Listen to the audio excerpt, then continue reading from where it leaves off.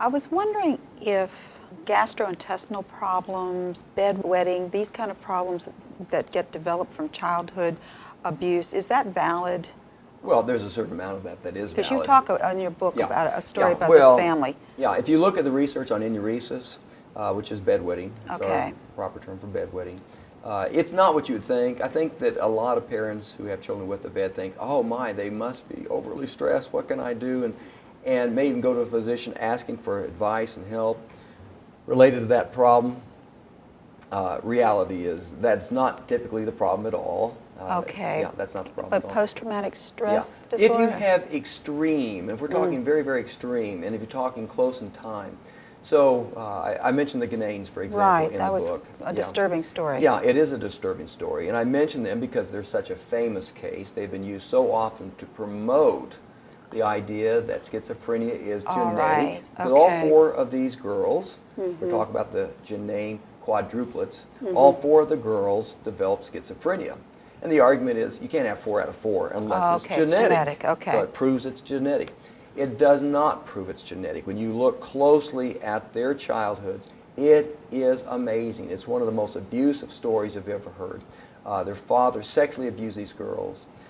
Their father would not allow them to dress except how he wanted them to dress. He would watch them dress every day. Even after they reached puberty, he watched them dress every day. He'd watch them use the toilet. He carried a gun through the home. He was extremely paranoid. He was an alcoholic and a severe diabetic. He would not allow his wife to write her mother without inspecting those letters. He would read the letters before they were sent off. It was just an incredible home life, a terrible amount of abuse. And consequently, yeah, all 4 of the girls developed schizophrenia. You cannot argue that that's genetic based on that case. Those girls had a life that was just torture from beginning to end.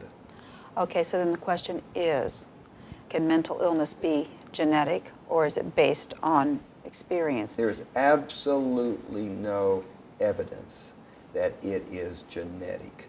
This is the golden grail. This is what will make someone extremely famous. It'll put his name or her name into every psychology textbook and medical textbook from now to eternity. This is what will make someone win a Nobel Prize. Consequently, it has been pursued countless studies. I'm talking literally thousands upon thousands upon thousands of studies. Millions upon millions of dollars have been spent pursuing what everyone knew to be true, that there's a genetic link there. It has never been found. The studies that say, here's a link, have been discredited. I discuss that in my book, show why some of those twin studies prove that there's not a genetic link. This is silliness.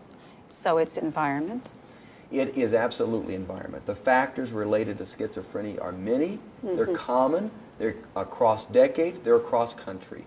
We know what the factors are. I list those in the book. It's important to recognize that it is not simply genetic. If it is, it means you can't do anything about it. It means that if you're born into the wrong family, you're destined to lose your mind. At least you're at increased risk of that. It's a very negative view of mental health. A much more positive view is my view that says, yes, there are risk factors, but you can make choices. You can take the steps necessary to have good mental health and have a wonderful life. Everyone can choose to make those steps. Everyone can have a good life. So the post-traumatic stress that comes from being in a dysfunctional, abusive family, that can be overcome, is what you're It saying? can be overcome. It is true that stress of the worst kinds can lead to very severe reactions, as it did in the Gananes case. When we look at battlefield amnesia, you have people who go to the battlefield. We have many accounts of this. Right. From wars of 100 years ago, of 50 years ago, and more recent, where they go to the battlefield, especially when those are in the foxholes. World War II had a lot of this. They're in the foxholes. They know they may die today. They see their buddy die on the right. They see a buddy die on the left. They're not killed. But when they're brought back to the rear, they don't know who they are. They've lost their mind completely. They have amnesia. Okay. So why? Extreme stress. It's happened over and over. Now, does that mean that that person is going to have a mind that's destroyed the rest of their life? No. Those people typically will get their minds back. It's a temporary reaction. In fact, very often, generals have made a decision. We'll let our men go out to the front line until they're beginning to lose their minds. Oh, really? We'll bring them to the rear. We'll give them a few days of recovery. Now they're back to normal. Now we'll send them back to the front line. And there's a real debate. Should we do it that way? Or should we allow them to really get their mind strong again, take them out of battle for a more extended period of time?